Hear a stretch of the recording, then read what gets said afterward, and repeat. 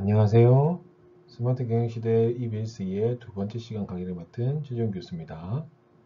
반갑습니다.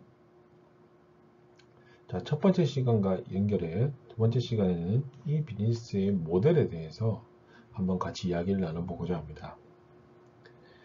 이제 앞에서 말씀드렸던 인터넷이 활성화되고 대중화에 따라 이 비즈니스에 표방하는 수많은 이 비즈니스 기업들이 너무 많이 생기고 있고 실패하고도 있습니다. 그래서 이 실패하는 기업의 특징은 특히 이제 적합한 비즈니스 모델의 전략이 취약했고 이 치열한 이 비즈니스 경쟁을 극복하고 지속적인 성장을 성취하기 위해서 치밀한 비즈니스 모델의 수립이 선행되어야 되는 게 저희 모델 설정에서 가장 중요합니다. 그래서 이 비즈니스 모델에서는 여러분들이 어떻게 지속적인 성장을 성취하기 위한 비즈니스 모델을 수립하고 어떠한 개념을 가졌으며 어떠한 예시들이 있는지 한번 같이 살펴보도록 하겠습니다. 이 비즈니스 모델의 개념에 대해서 알아보기 앞서 그럼 인터넷 비즈니스 모델은 조금 이따 알아보더라도 비즈니스 모델에 대한 개념부터 알아봐야 된다는 거죠. 그래서 비즈니스 모델이란 거는 고객에게 가치를 전달하고 이를 통해 수익을 창출하는 총체적 시스템 자체를 비즈니스 모델이라고 하는데요. 다시 말하면 비즈니스 모델이란 기업이 어떤 제품이나 서비스를 어떤 소비자에게 어떠한 방법으로 마케팅하고 판매할 것인가에 대한 계획 또는 아이디어 자체를 비즈니스 모델이라고 하는 것입니다. 그래서 이 비즈니스 모델을 설명하기에 특정 사업 목적을 달성하기 위해서 특정 사업 목적이라 하면 이제 우리는 수익을 얻어야 되는 거겠죠. 그걸 위한 주체나 관계자 그리고 상품 서비스 정보 이를 전달 경로 및 이걸 전달하기 위한 경로나 방식을 또 수익 원천을 결정하기 위한 모형이라고 생각하시면 됩니다. 그래서 이런 것들을 결정하기 위한 모형으로서 이 결정된 모형을 정의한 게 비즈니스 모델이고요. 여기서 이 비즈니스 모델은 인터넷 환경을 전략적으로 이용하기 위한 비즈니스 모델이라고 생각하시면 됩니다. 그래서 인터넷 환경이란 것만 더 들어간 거죠. 그래서 목표 고객을 정의하고 고객에게 인터넷상에서 제품과 서비스를 제공하고 가치를 창출하고 그리고 우리 기업의 목표 달성에 기여하는 전략적 활동을 이 비즈니스 모델이라고 볼 수 있다는 거죠. 그래서 지금 현재는 여러 가지 모델이 너무 많이 나왔는데 이런 것들이 이제 계속 발전하고 발달함에 따라 이 새로운 비즈니스 모델도 많이 나왔고 최근에는 이 비즈니스 모델이 이제 기업 간의 전략적 제휴나 기업 간 인수합병을 위한 분석 자료로도 많이 사용되고 있기 때문에 이 비즈니스 모델을 어떻게 정의하는지가 우리 회사에 대한 가치를 평가할 수 있는 기준이 되어버린 상태이기 때문에 여러분들이 이 비즈니스 모델을 어떻게 정의하고 어떤 형태로 분류하며 어떤 기준으로 해서 모델 유형을 확인할 수 있는지를 공부해야 된다는 겁니다. 그래서 첫 번째 배우게 되는 게 이 비즈니스 모델을 어떻게 나눌 것인지 어떤 것들로 나누는지를 한번 확인해 보는 건데 너무나 지금 분류 기준은 현재 지금 학계에 정리된 기준보다 더 많아요. 사실 기업 가치에서는. 그런데 학계에서는 좀 더 보편적으로 사용되고 있는 모델의 유형에 대해서 분류하기 위해서 네 가지가 기본적으로 있는데요. 첫 번째가 거래 상대에 의한 구분입니다. 우리가 인터넷 비즈니스에서 물건을 팔고 사는 주체가 누구고 상대는 누가 될 건지가 우리 모델의 유형을 확인하는데 첫 번째 개념인 거죠. 그래서 거래 상대를 통해서 우리는 구분하게 되는데 첫 번째가 뭐 B2C, 뭐 C2C, B2G, B2B, 뭐 기업 대 기업, 기업 대 소비자, 기업 대 정부 이렇게 해서 이런 것들로 인해서 거래 상대를 통해서 비즈니스 모델을 구분할 수도 있고요. 두 번째가 전자상거래 모델이 제공하는 가치에 대해서 나누는 거죠.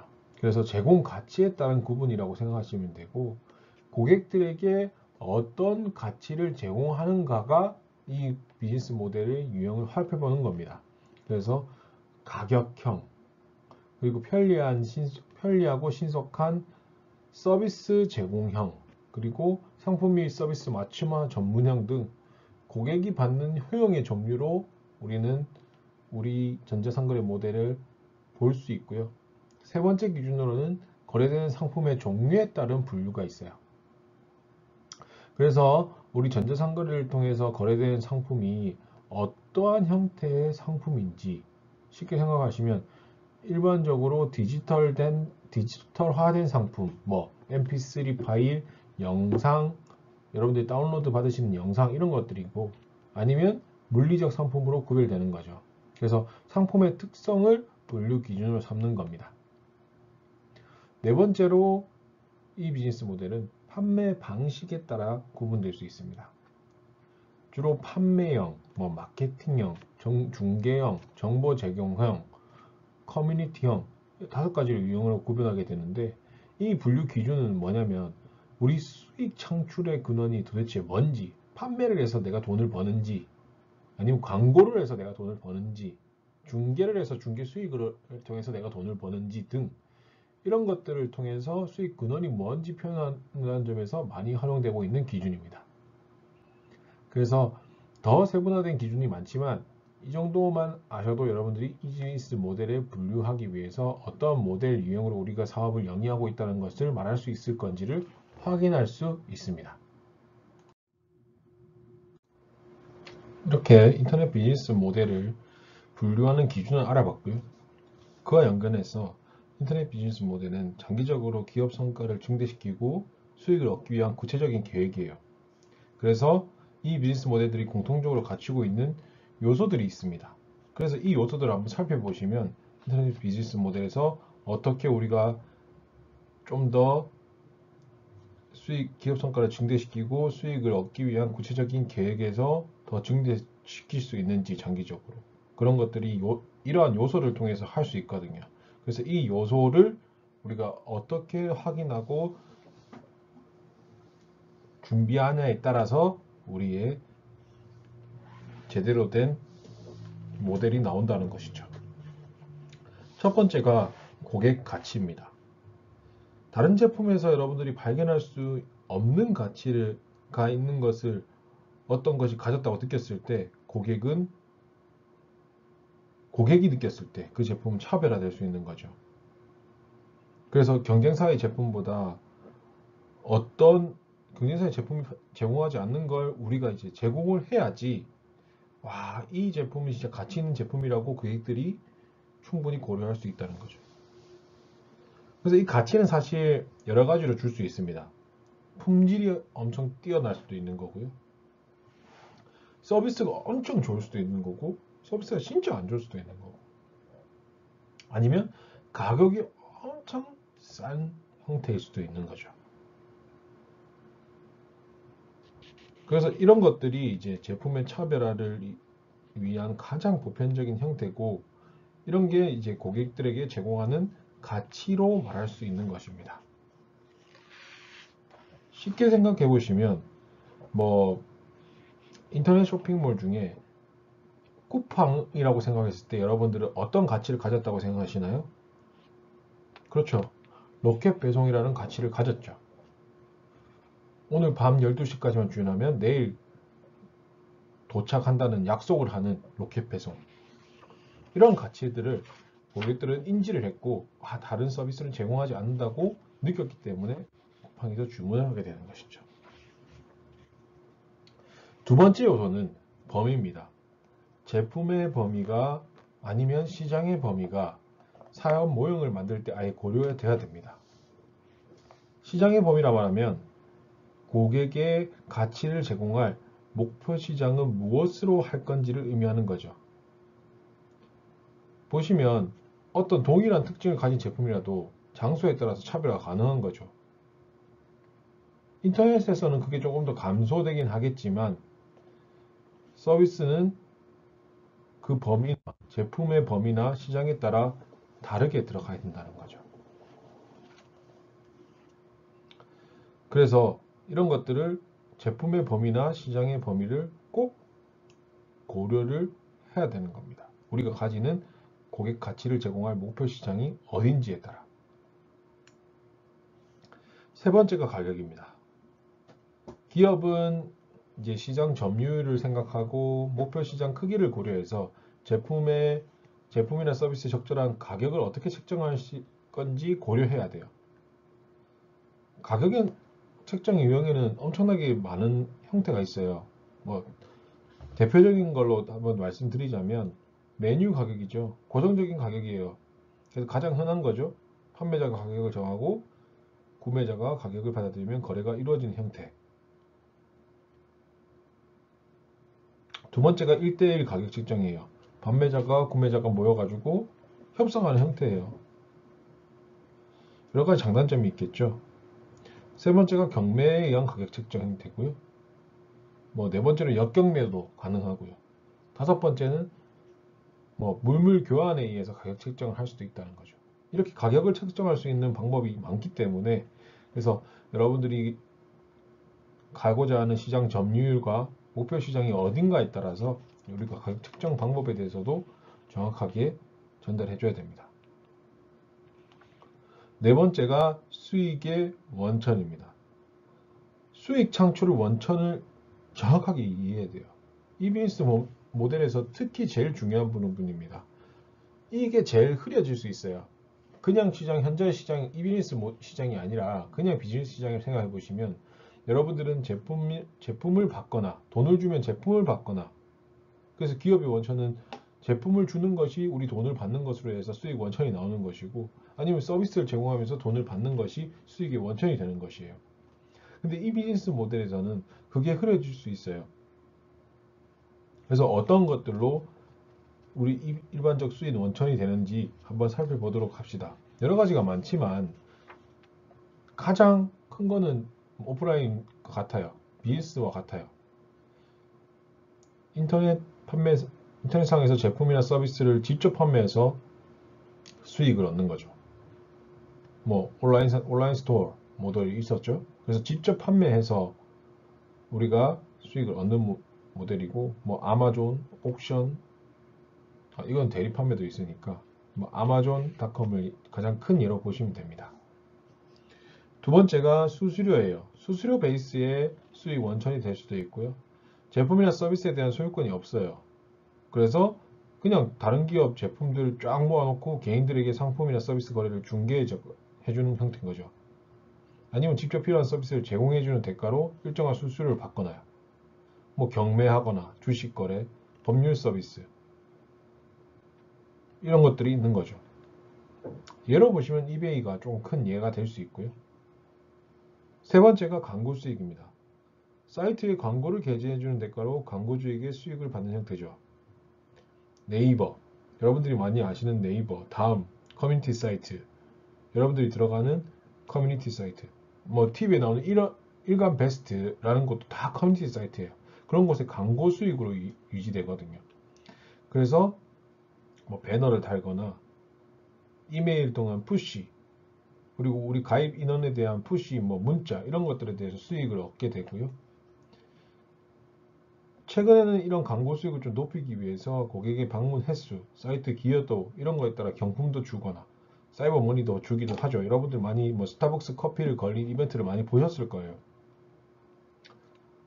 그래서 이런 것들을 아까도 말씀드렸지만 네이버, 다음 이런 포털 사이트들이 많이 이용하는 수익의 원천입니다. 네 번째가 가입비 및 이용료입니다. 사이트에 입장해서 서비스를 이용하는 대가로 일정한 가입비나 이용료를 받는 형태죠. 서비스들이 많은 온라인상에서 무료로 제공되고 있지만은 이런 여러분들이 온라인 게임을 한다거나 이런 유료 결제 월 결제를 해서 들어가는 경우라든지 아니면 요즘 같은 경우에는 넷플릭스 같은 경우에는 월 결제로 해서 가입비를 받고 사용을 하죠. 유튜브도 마찬가지고 유튜브 프리미엄 통해서 이용료를 받고 프리미엄을 이용하게 해주는 형태로 많이 나타나게 됐어요. 이런 수익 원천에 대한 형태는 엄청나게 더 늘어난 상태입니다. 그리고 다섯 번째로 구성 요소는 연계된 활동이에요. 자, 이 비즈니스 모델 같은 경우에는 이렇게 우리가 수익을 고객과 서비스, 제품과 서비스를 고객에게 나눠주는 직접적인 형태부터 여러 가지 방법이 많은데 수익을 얻기 위해서 이걸 가치를 제공해서 고객한테 돈을 얻는 거잖아요. 그래서 이 가치를 제공해서 기업은 이 가치의 기초를 두는 이루어지는 활동을 같이 해야 돼요. 생각해 보시면 우리가 제품을 판매하기 위해서 제품을 쇼핑몰에 걸어둔다고 되는 게 아니잖아요. 마케팅도 해야 되고 제품 설계도 해야 되고 제조도 해야 되고 시험 등을 임상 시험 이런 것들을 해서 약 같은 경우에는 임상 시험 등을 해서 고객이 믿을 수 있게 해놔야 되는 거잖아요. 그래서 이런 것들을 연결된 경영 활동들을 전부 다 말해서 가치 사슬이라고 하고, 그래서 고객한테 더 나은 가치를 제공하기 위해서 기업들은 누가 어떻게 어떠한 활동 등을 수행할 건지 결정해야 된다는 거죠. 그래서 이런 것들을 어떻게 연계된 활동들을 어떻게 제공하고 수행하는지가 되게 중요해졌어요. 자, 우리가 24시간 쇼핑을 제공하려고 하면은 우리가 온라인 쇼핑몰 요새 24시간 다 되잖아요. 그럼 이 제공하려면은 소비자들은 당연히 그냥 구매만 하면 된다고 생각할 수 있어요. 하지만 기업 입장에서는 어떻게 해야 됩니까? 24시간 쇼핑을 제공하기 위해서 소프트웨어도 있어야 되고요. 그리고 고객 서비스도 24시간이 안 될 때는 그걸 할 수 있게 메일 서비스를 돌려놓는다거나 고객 메일 응대를 받는다거나, 요즘 같은 경우에 은행 같은 경우에는 24시간 전화를 받죠. 그리고 만약에 24시간 쇼핑이 가능하니까 우리가 물류 체계도 있어야 될 거고요. 24시간 쇼핑 가능한 뭐에 제품 3주 뒤에 온다고 생각하시면 사겠냐고요? 아니겠죠. 그래서 물류 체계를 갖춰야 되고, 이때 물류 체계를 정비할 수 있게 수행할 수 있게 연계된 경영 활동들이 있을 거예요. 물류팀도 연결되어 있어야 될 거고, 이게 인터넷 팀도 연결되어 있어야 될 거고, 그런 것들이 이제 상호 활동이 될 거고, 이게 연계해야 될 경영 활동이 되는 겁니다. 그리고 이것들은 이제 시너지 효과를 가져야지 된다는 거죠. 이 연계된 활동들이 시너지 효과가 없고 중복되면 의미가 없는 거잖아요. 우리 이윤이 떨어지는 거죠. 그리고 이런 경영 활동들이 우리의 이윤이나 이익을 얻기 위해서 가장 차별화되게 가장 좋게 돼야 되는 거죠. 예를 든다면 쿠팡이라고 볼 수 있어요. 얘네들의 가장 핵심적인 사업 능력의 수행 능력 중에 가장 강한 것은 사실 홈페이지도 가능하지만 물류체계예요. 물류체계를 기존의 온라인 쇼핑몰들은 각각의 셀러가 있어서 그 셀러들이 각각의 배송을 발송해 주거나 3일 이내만 가면 된다는 생각이 있기 때문에 그렇게 진행을 했지만, 쿠팡 같은 경우에는 쿠팡 자체에서 물류센터를 설립했고 그 물류센터에 잘 팔리는 항목을 분석해서 이미 구매해두고 있기 때문에 밤 12시까지 주문을 받고 그 다음날 새벽 배송까지 되는 경우도 많다는 거죠. 그래서 얘네들이 쿠팡 같은 경우에 수행해야 될 활동은 이러한 물류 체계를 잘 활용할 수 있는 활동이 돼야 된다는 거죠. 자, 이렇게 연계된 활동들이 연계되어서 진행돼야 되고, 이 연계된 활동들이 또 언제 어느 시점에 수행해야 될 건지도 매우 중요한 고려 요소가 되기 때문에 꼭 이것들을 이런 5가지 요소들을 고려해서 이 비즈니스 모델을 확인해야 된다는 겁니다.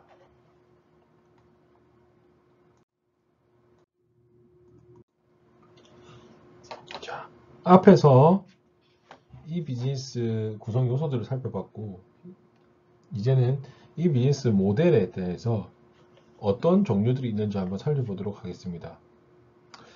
이 비즈니스 물류 기준은 진짜 다양해요. 그런데 이제 여러 학자에 따라 이 모델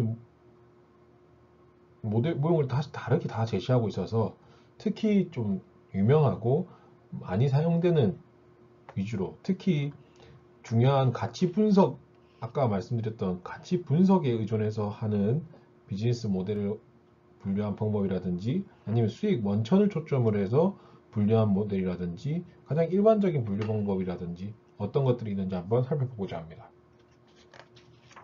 첫 번째가 그 티머에 의한 분류라고 합니다. 티머에 같은 경우에는 가치 사슬의 역할이랑 거래 참여자의 활동을 분석해서 이를 근거하여서 비즈니스 모델을 제시했는데, 이제 가치 사슬의 역할이 어떤 걸 가졌는지에 따라서 얘네들을 분류를 했다는 거죠. 그게 되게 중요해요. 티머라는 사람은 가치 사슬에 대한 역할이 되게 중요하다고 생각했기 때문에 이 가치 사슬의 역할에 따라 비즈니스 모델을 분류했다는 거죠.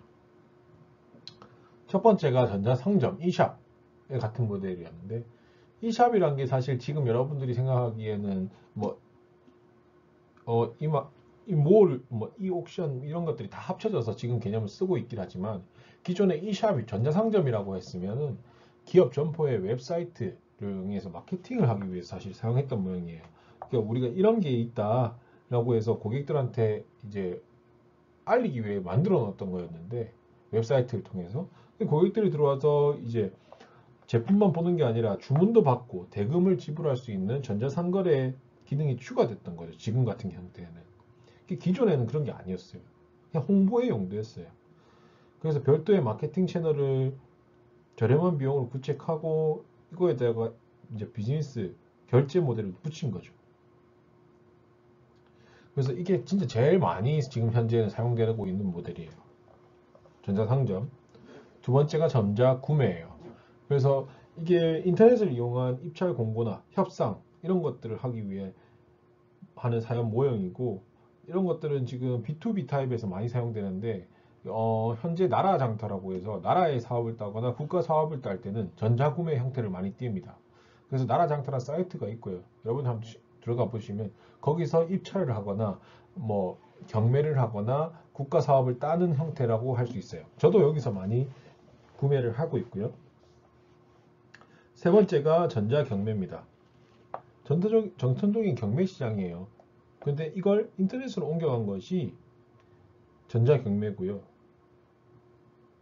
입찰 가능한 것뿐만 아니에요. 여기서 계약도 하고 대금 결제도 하고 배달 가는 것이 다 가능하기 때문에 그냥 오프라인에서 하던 것을 온라인으로 넘겨서 인터넷 경매에서 우리가 수익 원천이 되는 것은 플랫폼, 기술, 인터넷 경매에 대한 플랫폼을 판매하거나 거래 수수료를 받거나 광고 수입을 받거나 이런 것들을 더 생기게 된 것이죠. 이 옥션이나 이 이베이나 이런 것들이 지금도 사용하고 있는 모델입니다. 네 번째가 전자 쇼핑몰이에요. 기존의 상점, 이 상점은 하나의 점포, 하나의 기업이나 하나의 점포가 우리 거 올려놨다고 생각하시면, 전자상점은 여러 가지 전자상점을 한 곳에 모아놓는 사업형이죠. 그래서 여러 가지 모델이 다 들어와 있는 거예요. 그래서 저명한 브랜드 안에서 품질 보증, 대급 지급 보증 이런 것들이 가능한 거죠. 우리 11번가 같은 경우에서는 11번가를 믿고 거기서 사는 거잖아요. 다섯 번째가 전자 제3장터예요. 그래서 이거는 판매자 입장이 아니라 중개자 입장에서 판매자, 구매자 연결시켜 주는 것이고, 거래가 성사하도록 지원하는 거죠. 그래서 우리 사이트가 유명한 사이트가 있으니까 여기 와서 거래할 수 있도록 한다, 도움을 준다. 여섯 번째가 가상 공동체예요. 그래서 이 고객 비즈니스 파트너들이 가상 공간에 모여서 상을 고려하고 공동체를 형성해서 여러 가지 피드백도 받을 수 있고, 그 가입자 간의 이제 신뢰 구축을 이용하는 모델로 해서 회비나 광고 수입을 받는 거죠. 일곱 번째는 가치사슬 부가 서비스예요. 이런 것들이 지금 조금 더 생각해 보시면 전자지불 기능 이런 것들은 가치사슬에서 떨어져 나온 거죠. 온라인 서비스 원래 전자지불을 하기 위해서는 제품을 사면 여러분들이 줬으면 됐죠. 아니면 카드를 주거나, 그래서 카드 부가 서비스인 거죠. 근데 이 비즈니스 상에서는 전자지불이 돼야 되기 때문에 이걸 전자지불하게 할 수 있는 서비스가 필요한 거예요. 온라인으로 할 수 있는 사업 모양인 거죠. 그래서 새로 생겨난 모델들이고, 은행의 전자결제 서비스라든지 생산관리, 재고관리, 가치사슬에 지원되는 시스템인 거예요. 그래서 원래 없던 건데 이 비즈니스가 생기게 되면서 지원하게 되는 시스템이 좀 더 비용 수익 원천이 될 수 있었던 거고, 이런 것들은 서비스 이용료라든지 뭐 SCM, ERP 서비스 프로그램 등을 돈을 받고 이용하잖아요. 커미션 등을 받게 되는 거죠. 그리고 조금 더 확장적으로 가치 사슬 통합이에요. 통합 부가 서비스죠. 가치 사슬상에 여러 가지 단계를 묶어서 가지고 서비스를 제공하는 것으로, 이제 이렇게 다 묶어서 사용하면 더 싸게 할 수도 있다, 아니면 더 편리하게 이용할 수 있다, 이렇게 형태를 만들어서 뭐 컨설팅 비용을 받기도 하고 거래 수수료가 생길 수도 있습니다. 아홉 번째가 협업 플랫폼입니다. 기업이 이제 혼자만의 기업이 아니라 여러 가지들을 공유하고 같이 일하는 시대가 되다 보니까 이 협업 플랫폼들이 많이 필요하게 되고, 지금 같은 시대에는 엄청나게 많이 필요합니다. 그래서 공동 디자인, 공동 엔지니어링, 공동 프로젝트 컨설팅, 이런 것들이 되게 많아요. 그래서 이런 것들을 사용하기 위한 소프트웨어나 도구들이라고 생각하시면 되고요. 열 번째가 정보 중개예요. 그래서 정보를 여러분들이 인터넷상에서 수집할 수 있는 정보 등을 가공해서 엄청나게 고객에게 바로 이해할 수 있게 만드는 거죠. 그래서 데이터베이스를 판매하거나 아예 데이터베이스 이용료, 이런 것들을 수익 모델로 잡고 있어요. 11번째가 신용 서비스예요. 그래서 인터넷상에서 지금 현재 여러분들이 오프라인 상에서도 자신을 보증하기 위해 뭐 주민등록증을 내거나 이렇게 하잖아요. 그렇게 마찬가지로 인터넷상에서의 공증을 하거나 인증하는 서비스를 제공하는 사업 모형으로서 서비스 수수료, 소프트웨어 판매, 이런 것들이 수익 원천이 되는 거죠.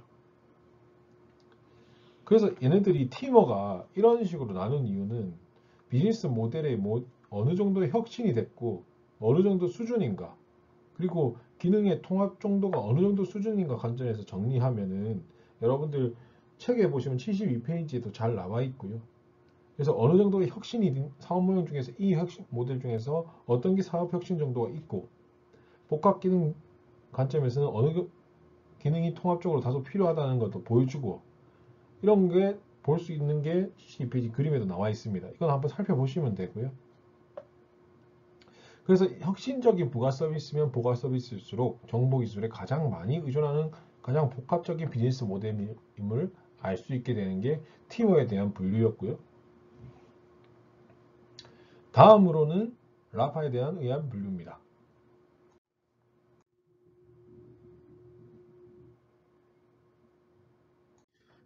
자, 앞에선 이제 가치사슬에 의해서 유형을 분류했지만 이 래퍼 같은 경우에는 수익 원천의 유형에 따라서 이 비즈니스 모델을 제시했어요.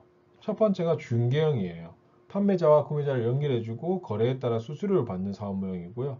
뭐 여행사, 온라인 증권사, 온라인 경매, 이런 것들에서 수수료 베이스로 받게 되는 거죠. 두 번째가 광고형입니다. 웹사이트에 컨텐츠 제공해주고 거기다가 우편, 뭐 채팅 이런 것들로 또 푸시해주고, 이런 것들로 해서 광고를 통해서 수익이 되는 것으로 여러분들 아시는 네이버, 다음, 이런 포털들이죠. 세 번째가 정보 중개형입니다. 고객의 여러 가지 있는 고객의 데이터들을 가공하여서 고객 소비 상황에 맞춰서 우리 고객 정보를 기업에게 판매하는 거죠. 그래서 너희 고객들은 이런 소비 성향을 갖고 있다, 이 데이터를 사서 사용을 하라, 그래서 데이터를 판매하는 형이라고 보시면 되고요. 네 번째가 도소무역자가 인터넷상에서 제품이나 서비스를 판매하는 사업무역 상인형. 제조형은 제조업자가 인터넷을 판매하는 거죠. 고객에게. 요새 많이 생기고 있죠. 많은 장점과 단점이 있어요. 여섯 번째, 제휴형. 제휴 사이트 방문자가 자신의 사이트를 방문하게 됨으로써 수수료를 지불하는 베이스. 그리고 공동체형은 가상 공동체 회원이 있기 때문에 이런 뭐 스타 팬클럽, 여행 모임, 산업별 모임, 이런 것들에서 저희가 이제 수익이 나게 되고, 이런 여론이 형성이 되기 때문에 사회적 역할을 하게 됨으로써 여러 가지 돈이 들어가게 되는 거죠. 여덟 번째가 가입자. 가입비를 지불한 회원들에게 컨텐츠를 제공하는 학회 같은 형태가 있어요. 그리고 사용료형, 뭐 여러분들이 가장 잘 아시는 넷플릭스, 소비하는 사용자 서비스 양에 따라 될 수도 있고, 여러분들 월 소비자가 될 수도 있는 요금을 지불하는 사용 모형이 될 수도 있습니다. 그래서 이 래퍼 같은 경우에는 수익 모형에 따라서 분류를 했다는 게 여러분들도 느끼실 거예요. 자, 가장 일반적으로 사용되는 모델 분류입니다. 거래 상대에 따라 사용 모형이 분류되는 것이고요. 왜냐하면 거래 상대에 따라서 거래 방식이라든지 규모라든지 마케팅, 물류, 인터넷 운영 방식이 다 다르기 때문에 일반적으로 많이 사용하는 모델 분류 기준입니다. 첫 번째로 기업 간의 비즈니스를 보도록 하죠. 기업과 기업 간에 일어날 수 있는 다양한 거래를 인터넷을 통해서 처리하는 형태인 거죠. 뭐 문서 교환의 EDI 형태 예전에 모형도 있기도 하지만은 지금 같은 경우에는 이제 협업 플랫폼 이런 것들을 통해서 기업 간의 정보를 교류하고 정보를 탐색해서 조금 더 간단하게 제품을 제공하거나 조금 더 발전적인 방향을 모색하기도 합니다. 티머의 모형 중에서는 뭐 전자 구매, 전자 경매, 가상 공동체, 가치 사슬 통합, 가치 부가 서비스, 협업 플랫폼, 정보 중개, 신용 서비스 이런 것들이 이제 B2B 간의 거래라고 볼 수 있죠. 두 번째가 기업과 소비자 간의 이 비즈니스입니다. 그래서 소비자에게 온라인으로 직접 물건을 판매하는 전자소매 형태를 많이 보게 됩니다. 인터넷 쇼핑몰을 중심으로 구축되고 이게 가장 많은 형태인 거죠. 티머 모형에서 보시면은 전자상점, 전자경매, 전자쇼핑몰 이런 것들이 B2C의 범주에 들어가게 됩니다. 세 번째가 뭐 소비자와 기업 간 C2B 그래서 B2C의 변형으로 해서 이 비즈니스의 유형 중에서 뭐 공동구매나 역경매 형태인 거죠. 그래서 고객들이 가격을 결정하게 되는 유형이라고 보시면 됩니다. 또 C2C 형태도 있죠. 소비자 간의 1대1 거래가 되는 것도 있습니다. 여러분들이 뭐 벼룩시장, 중고장터, 번개장터, 당근마켓 이런 것들이 개별적으로 효과적인 의사소통을 제공해서 손쉽게 거래할 수 있게 해주는 거죠. 개인 간의 거래. 그래서 엄청 제반적으로 지원도 해주는 것도 있고요. 다섯 번째가 기업과 정부 간의 이 비즈니스 B2C.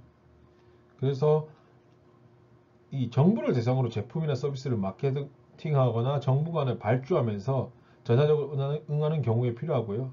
뭐 아까 제가 말씀드렸던 정부가 필요한 물품을 공개 조달하는 나라 장터라는 사이트가 대표적인 형태입니다. 여섯 번째가 C2G, 소비자와 정부 간, 정자 정부 구현과 함께 여러분들이 요새 많이 쓰고 있는 형태고요. 인터넷 온라인에서 여러분들이 직접적으로 의사결정, 뭐 요새는 뭐죠? 그거 청원을 받죠. 국민 청원도 받고요. 그리고 정부가 여러분들이 원하는 비즈니스를 제공해 주기도 하죠. 그래서 국민이 직접 정부의 의견을 개진하는 형태라고 보시면 되고요.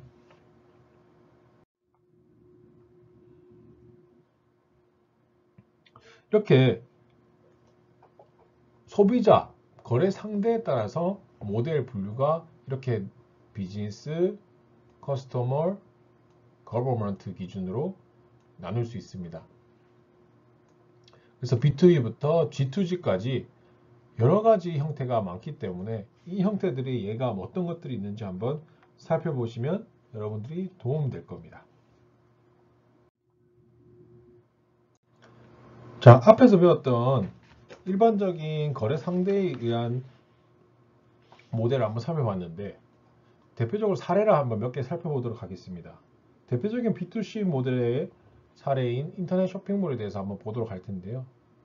기본적으로 인터넷 쇼핑몰은 기업과 소비자 간의 전자상거래이며 네트워크가 중간에 연결되어 있어서 컴퓨터 서버에 여러분들이 뭐 판매자들이 제품 정보를 올려놓고 고객이 들어가서 제품을 골라서 결제하면 제품을 배송하는 시스템을 수행하고 있습니다. 기본적으로 중간에 쇼핑몰과 금융기관 등이 있어서 여러분들은 믿고 이 순서대로 판매 상품을 구매할 수 있는 거죠. 자, 인터넷 쇼핑몰과 오프라인 상점을 비교해 보시면 여러분들이 뭐 옷을 산다고 생각해 보세요. 가장 쉽게 생각할 수 있는 예죠. 그런데 내가 온라인 쇼핑할까 오프라인 쇼핑할 때 어떤 게 다른지 어떤 장점이 있을지 한번 생각해 보시면 제일 좋을 거예요. 여러분들 입장에서 봤을 때는 첫 번째가 시간과 공간의 제약이 없죠. 내가 시간을 내서 옷을 사러 갈 필요가 없어요. 내가 원하는 시간에서 내가 침대에 누워서 구매할 수 있다는 거죠. 혹시나 잘 되는 집은 줄을 서서 구매할 필요도 없다는 거죠. 두 번째로는 정보 수집도 너무 쉬워요. 여러 가지 종류, 브랜드, 가격대 몇 초 안에 결과를 보여주죠. 그렇기 때문에 여러분들이 합리적인 가격대 내에서 여러분들 제품을 구매하기도 하고요. 어떤 브랜드 내에서도 가능하기도 하죠. 반대로 판매자 입장에서 볼 때는 인터넷으로 통해서 고객 반응과 니즈 파악이 엄청 쉬워지는 거예요.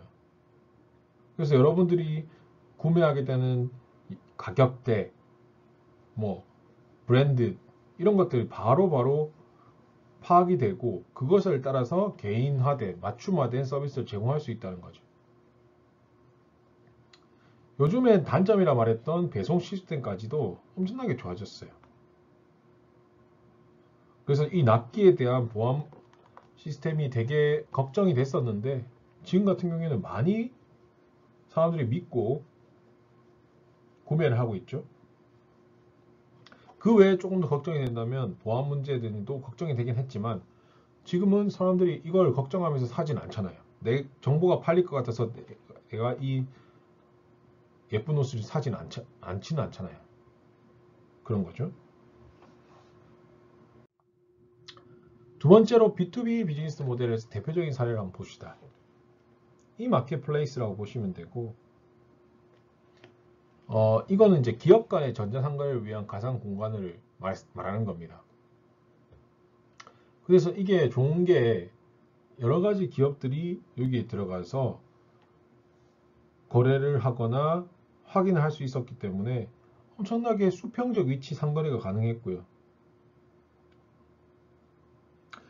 기존의 대기업, 하청 이런 관계가 다 있었잖아요. 갑과 을. 사실 갑과 을은 우리나라에밖에 사용하지 않는 거 아세요?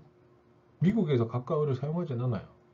갑이고 누가 갑이고 누가 을이고 그런 게 없어요. 그냥 거래 당사자일 뿐이지. 그래서 이런 수직적 관계가 거의 아예 없어지는 거고요. 자연적인 수평적인 상거래가 가능하기 때문에 여러분들이 유리한 조건의 가직 업체가 아니란 거죠. 그래서 진짜 실질적으로 수평적으로 상거래가 가능하고 뭐 경매, 공동구매 이런 것들이 다 가능하기 때문에 엄청나게 도움이 돼요. B2B 기업 간의 거래에서는. 그리고 산업별로 구축된 경우가 많은데 왜냐하면 이 산업마다 좀 고유한 특성이 있기 때문이에요. 그래서 전문 업체들만의 거래야 신뢰가 있고 효율적인 거래 상대 탐색이 가능하기 때문에 산업별로 구축되는 경우가 많고요. 이를 통해서 이제 많은 비즈니스 프로세스 효율성이 나타날 수 있다는 거죠. 이렇게 이 마켓플레이스가 형성되어서 우리 비즈니스 시장에 많이 도움되면 좋겠지만 아직도 이 B2B를 위한 이 마켓플레이스는 완전히 잠식하지 못했어요. 왜냐하면 이 문제는 아직도 해결되지 않았어요. 기업 간의 정보화 수준 차이, 그리고 시스템 표준화, 그리고 대기업의 시장 참여에는 중소기업들이 위축되고 기존 유통 채널들이 갈등되기 때문에 없어질 수가 없기 때문에 힘든 거죠.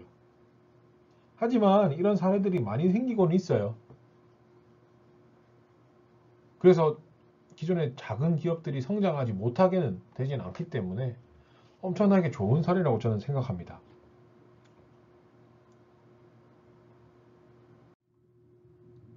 그래서 이 마켓플레이스에서 알리바바에서 이걸 대대적으로 했기 때문에 서로에게 B2B 간의 거래가 엄청나게 많이 일어났었어요. 세 번째로 대표적인 B2C 마켓플레이스 사례를 한번 보도록 하겠습니다. 앞에서 인터넷 쇼핑몰 형태를 보긴 했지만 이 마켓플레이스라고 해서 오픈마켓 형태를 지금도 여러분들은 많이 사용하실 거예요. 오픈마켓은 사실 사업 주체예요. 그래서 오픈마켓 운영자가 인터넷상의 중개자 역할을 해서 사업의 운영자가 판매자와 구매자 간의 거래를 인터넷을 통해서 온라인으로 제공하는 형태가 비즈니스 모델인 거죠. 그래서 다수의 판매자가 있고요. 온라인상에서 거래를 수행할 수 있는 전체적 가상 시장을 의미하는 거라고 생각하시면 됩니다. 그래서 B2B, 이 마켓플레이스가 B2B였다면 대표적인 B2C 이 마켓플레이스는 오픈마켓인 거죠. 그리고 오픈마켓의 사업 모델은 뭐겠어요? 수수료겠죠. 그래서 이게 수입원일 거고 다양한 상품 구색을 통해서 기존의 쇼핑몰보다 쉽게 오픈마켓에 입점하게 되면서 장점을 가지게 되는 거죠. 그래서 구매자들은 판매 정보를 통해서 비용 절감이 가능하고요. 판매자들은 좀 더 쉽게 입점이 가능하기 때문에 더 빠르게 시장에 들어갈 수 있다는 겁니다. 너무 많죠. G마켓 요새는 너무 많아져서 11번가, 지식쇼핑, 요새는 뭐 티켓몬스터 등의 원래 오픈마켓 형태가 아니었던 것들도 다 오픈마켓 형태처럼 돼버려서 진행하고 있습니다. 대표적인 사례들이고요. G마켓 11번가. 지금도 이용을 많이 하고 계실 겁니다. 네 번째로 포털 사이트예요. 대표적으로는 이 비즈니스 모델이고요. 포털은 현관문을 뜻해요. 그래서 현관문 사이트예요. 그래서 인터넷에 접속했을 때 제일 먼저 접속하게 되는 사이트가 포털 사이트고요. 기본적으로 여러분들도 홈 눌렀을 때 제일 먼저 들어가는 사이트가 구글이거나 네이버겠죠. 그래서 원래는 야후나 익사이트 대형 사이트에서 포털 사이트를 많이 만들었었어요. 그런데 현재는 진짜 전 분야에 대해서 뭐 들어가게 되면 여러분 포털 사이트 들어가면 없는 정보가 없잖아요. 남자들은 뭐 스포츠 게임부터 여자들 쇼핑, 메이크업까지. 그래서 모든 서비스 정보를 제공하는 거고 뭐 그걸 통해서 뭐 클라우드 서비스, 웹하드, 카페, 블로그 이런 것까지 다 연결해서 제공하고 있습니다. 주 수익원은 광고, 검색 등록 수수료 이런 것들이 있어요. 대표적으로 네이버, 다음, 뭐 네이트 등이 있죠. 그리고 주수익원, 검색 광고 프로세스라고 해서 네이버에서 이렇게 소개원을 해요. 저도 써봤고요. 저도 쓰고 있고요.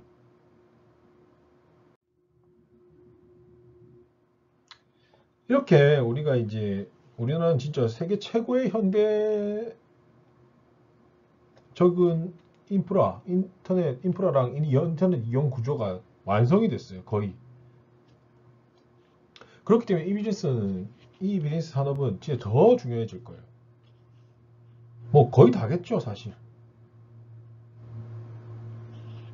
그렇기 때문에 이런 사람들을 도움 주기 위해서도 법 제재라든지 뭐 요즘 보셨죠? 그 신규 인터넷 비즈니스라고 말하기는 좀 애매한 부분이 있지만 사용은 하죠. 부가 서비스를 통해서. 그래서 타다 같은 서비스가 법률적인 문제로 인해서 서비스가 중단되거나 라고 보시면 이런 게 법규나 제정이 없다는 거죠. 그래서 이런 것들을 이 비즈니스 대비하기 위해서 많이 발전하고 있고요. 거기서 가장 많은 준비를 해야 되는 게 인터넷 인프라스트럭처랑 인터넷 접속 서비스입니다. 사실 이런 것들이 산업에 구성되어 있는 요소 중에 하나긴 한데 이런 것들을 잘 신경을 쓰지는 않겠지만 이런 것들이 없다면 사실 우리가 이렇게 발전하지 못했을 거예요. 그래서 기본 인프라스트럭처는 인터넷을 구성하는 하드웨어, 소프트웨어 이런 것들을 말하는 거예요. 그래서 하드웨어 제공업자들이 다 제품을 통신 장비 제조도 하고 이런 기술 등이 엄청 늘어나잖아요. 지금 삼성하고 뭐 하웨이 구성, 뭐 5G를 구성하기 먼저 잡기 위해서 막 노력하는 것들, 이런 것들이 다 인프라를 먼저 잡기 위해서인 거죠. 그래서 이런 인프라스트럭처가 이 비즈니스 산업군 내에 있다는 거고, 그거와 함께 소프트웨어 제공업자들, 뭐 어도비, 뭐 워드 프로세서 이런 것들이 마이크로소프트 이런 것들이 운영 시스템, 데이터베이스, 스프레드시트 프로그램 이런 것들을 해서 이제 소프트웨어 제공 서비스까지 해가지고 인터넷 구조, 인프라 구조가 계속 산업화되고 있는 거예요. 그거 외에도 인터넷 접속 서비스, 접속을 하기 위해서 ISP를 제공하고 여러분들 생각하시는 뭐 SK, 뭐 KT 이런 것들 생각하시면 됩니다. 그리고 뭐 온라인 서비스 제공업체 이런 사업 구조들도 생기게 되고요.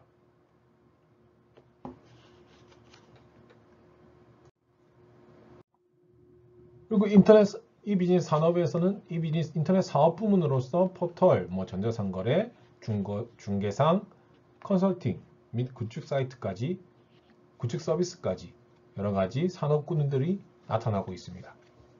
이렇게 이 비즈니스 여러분들이 산업군까지 해서 비즈니스 모델부터 확인해보고 이 모델이 어떤 것들이 있는지 여러분들과 함께 이 시간 2장 두 번째 시간 알아봤고요. 세 번째 시간에는 여러분들과 함께 M 비즈니스에 대해서 한번 알아보도록 하겠습니다. 두 번째 시간 고생 많으셨습니다.